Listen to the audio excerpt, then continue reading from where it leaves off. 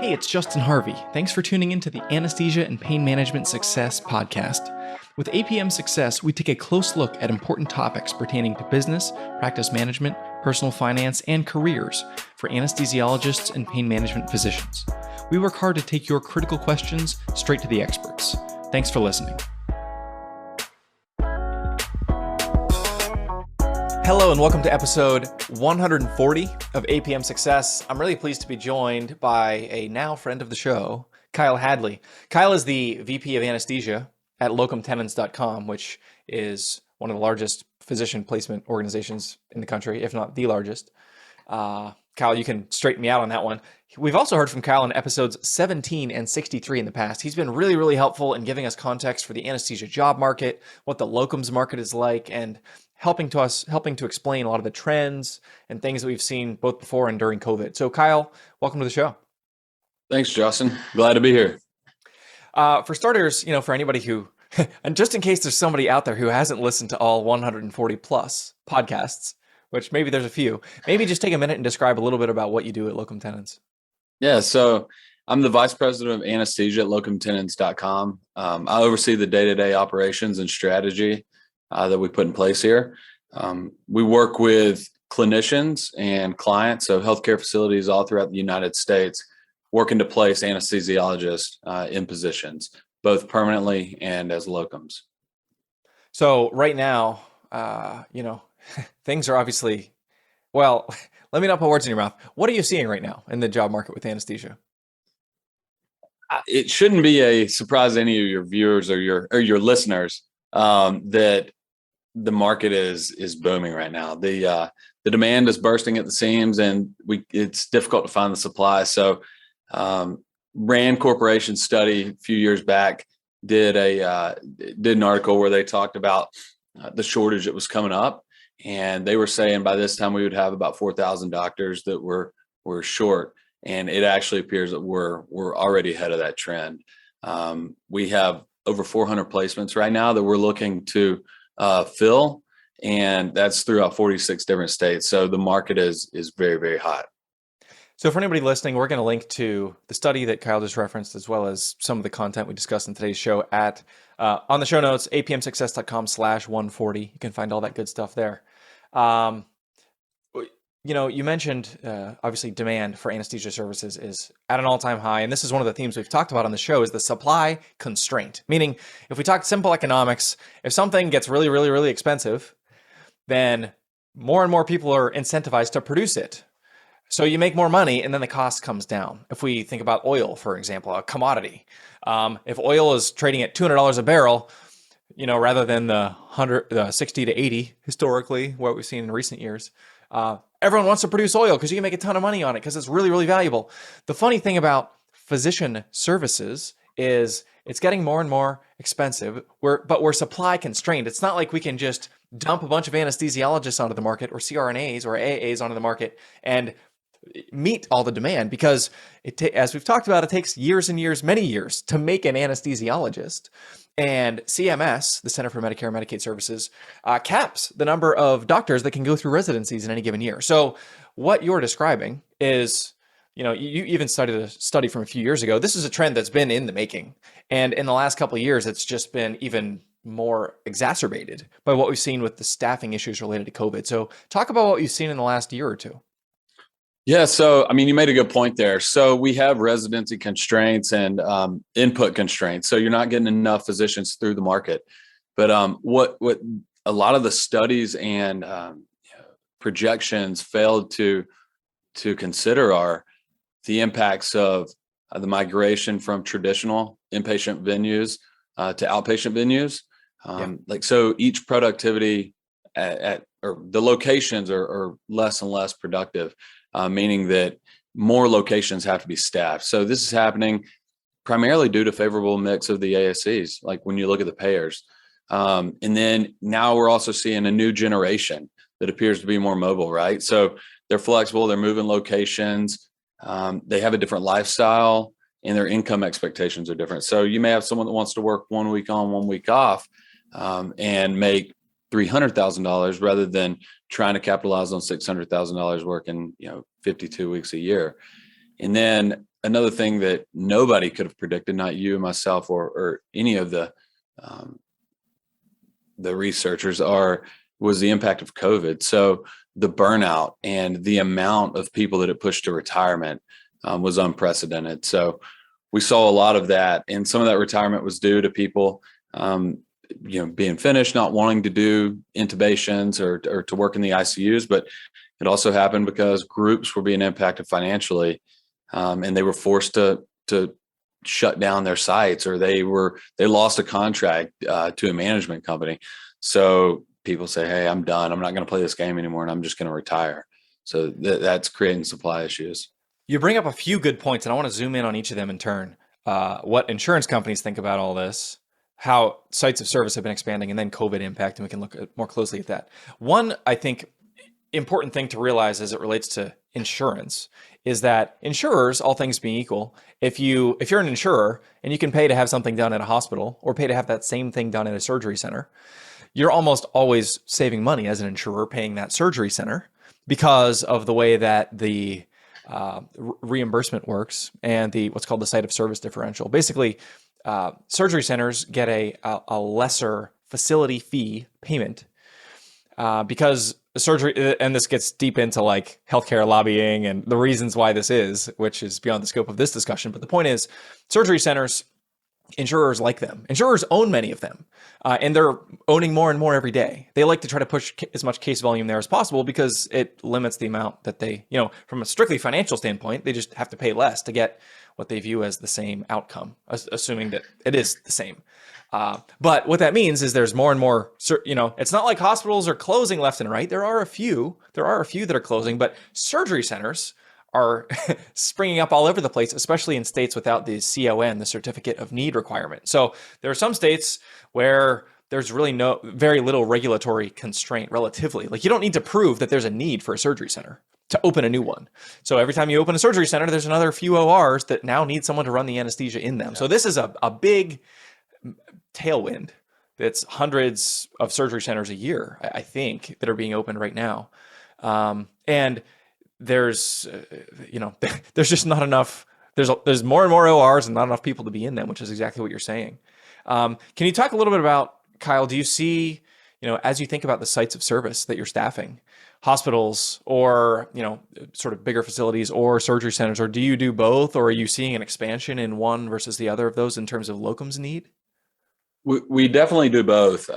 We work with, so our clients primarily are the surgery centers, private groups, management companies, hospitals, health systems.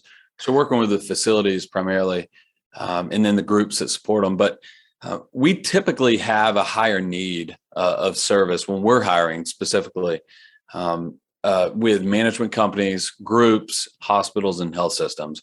A lot of times ASCs are covered by either smaller groups or people that are working directly with the ASCs, and they a lot of times they'll have their own contracts directly with those facilities. If it's a surgery center that's supported by a hospital or health system, we will typically support those. Talk a little bit more about COVID and what you've seen with facilities trying to deal with, the staffing issues that have come with it. And, there was the vaccine mandate in some states. I can't remember if that was I know it was in the courts for a while, kind of bouncing around at healthcare facilities. I know that I personally know some people that elected to not get vaccinated and lost their job. And I know, I don't know at the physician level, sort of how impactful that was, but talk about the impact that, institutions trying to deal with all the COVID fallout and what you've seen in the last few months. Yeah. So there's been honestly, there's been so many impacts that it's hard to even measure them all and discuss them all, but I'll do my best. Initially, the impact, I think we all know it, right? We shut down. So everyone, stopped doing surgery and pushed elective surgeries to the side. Anesthesiologists and CRNAs were either not compensated. They were furloughed in many cases. And then we saw about 6 months later, 5 to 6 months later, things started to get back to normal. Normal was new though. So what we saw was a lot of turnover with groups. So we saw a lot of state or local groups that were regional lose their contracts to national groups because they couldn't afford the impact that they had taken during that 5 or 6 month hiatus. We saw some management companies lose their contracts due to the impacts financially. So we saw a lot of turnover. Well, what that did was it drove a lot of demand. So whenever you have a new group come in, as I said earlier, a lot of times when people leave or you shut down a group, you have people retire, you have people leave, you have people move. It forced a lot of people to think about what they want to do with the rest of their lives. So you had a lot of people move. So what that did was it actually continued to drive demand even further and further. Specifically with locums, you're saying? Specifically with locums. Yeah. Because they needed to supplement that coverage. Hospitals need to supplement that coverage because what you had on the other side was you had patients sitting there that had not been seen. So you had this pent up demand and backlog of surgical cases, which they think will work through this year. We might be able to get through it this year. But by the time we finish that, the demand will still be so high, assuming things hold constant. But yeah, so we saw a drastic uptick in a desire for hiring locums to come in, and we're still seeing it. The trend is still moving up. So let's walk through the mechanics of this for a minute, just so listeners understand. If there's a group, say they've got a contract, they're doing a hospital, ORs, maybe ICU coverage, and maybe a surgery center. And that's their contract to provide those services. And then through a bunch of financial difficulty, through staff turnover at that anesthesia group, whatever, the hospital's not happy anymore. They put out an RFP, another bigger group or just a different group wins this contract and now is on the hook, is obligated contractually to provide these anesthesia services. If you have a decent sized hospital and a surgery center or two, you can't just snap your fingers and find 50 anesthesiologists to start doing anesthesia. It's a significant logistical, undertaking to find all those people. And so they probably have some folks parachute in, maybe they're in Cleveland and they fly them out to like wherever the new site is in like Arkansas for a week at a time. And there's a rotation, like trying to have an all hands on deck period while they're staffing up. So they're hiring full-time physicians at a new site of service, but that takes time. I mean, everybody who's listening, who's been credentialed knows how long that takes. And so there's a lot of lead time. And so one of the ways that these companies who win these contracts fill this gap is with locums, right? Is that kind of how things unfold, Kyle? That's right. So they will call us in to do the heavy lifting. And one thing I think that's important to point out is for your listeners, that's kind of the point of opportunity, right? So when you see that there's a new takeover or a new site, and that contract must be filled or fulfilled from an obligation perspective, that's an opportunity to make more money. And so that's what we've seen. So we've seen sites in Illinois that have been on the news that they're paying people $500 an hour, anesthesiologists $500 an hour ongoing. And I mean, we're talking 15, 20 physicians working at $500 an hour for 6-7 months, just to ensure that facility is staffed and that the surgical backlog is being handled effectively. So one of the dynamics that you've been seeing that you mentioned before we hit record here that I'm interested in hearing more about is a growing trend, a certain part of the physician cohort that is like thinking differently about what they want their careers to look like and using locums as a way to manifest that. So can you just talk a little bit about that? Yeah, absolutely. So, I mean, we talked about it briefly, but there's a new generation, right, that appears to be more mobile. They're flexible. They're willing to get out and move around to meet their income expectations. It's not that they look at their job as an opportunity to live, not just to live for their job. So, actually, the anesthesia market and this demand and supply has fueled this fire, right? It's a great opportunity for people. We're seeing compensations up 35% from 2020. So we're seeing people work 1 to 2 weeks a month and they're making $280,000, $300,000 a year. And they're happy doing that rather than seeking out that $600,000 salary.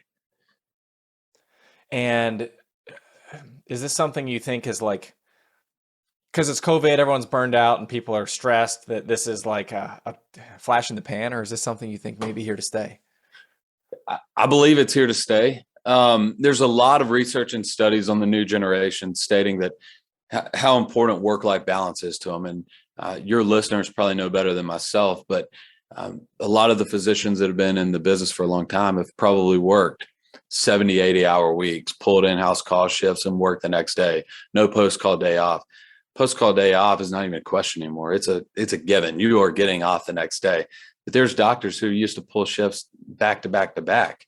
And we're just not seeing that anymore. We weren't seeing it even in 2018, 2019, when the demand started to tick up. We didn't see a market for it on the clinician side. So really the clinicians have said, we're drawing a line in the sand here. We're not doing this anymore. And the facilities understand and are compliant with it. Any other interesting opportunities or things you've seen with any of your either clients or physicians or anything else going on out there that you think would provide more helpful context for physicians who are interested in locums work? So the reality is there's a locum position for any physician that's interested. It's not, locums is not, hey, I want to work full time at a new site that has a takeover. It could be helping a site down the road that you could drive to just to help for weekend call or to pick up shifts here and there. It could be wanting to see your grandmother in New York, but you live in Florida. So we help you get a New York license and you go up there and work for the summer. There's so many opportunities right now. And as I said, we're seeing more and more jobs come up throughout the country, places that are very, very desirable that we've never had jobs at. Or, I mean, Miami, Florida, for instance. Who would have ever thought you would need a locums in Miami, Florida? But we have tons of opportunities down in South Florida, the Midwest, the West Coast, Northwest, anything that anyone's looking for. And we have jobs that are, anything from a few days a week to call. So I think it's important for them just to know that it's an opportunity for everyone. If you take off your sort of in the trenches hat for a minute and you put on your 35,000 foot view hat and you look at, companies having trouble filling spots in Miami, Florida, where perhaps there's never been vacancies because that's the place everyone's tripping over themselves to go, work for a period of time. What does that say to you? Does that make you concerned at all about where we're headed? Me concerned for our, if I'm talking about locum10s.com, obviously it's a different picture, but yeah, if you're looking from a 35,000 foot view, there's some concerns. I think there's going to be some changes that need to be made. You brought up CMS at the beginning and residency caps. That's going to have to be looked at. There's been talks about universal licensing and credentialing. That might need a little bit more attention than it's getting currently. But the demand is going to keep growing. So the supply has to increase.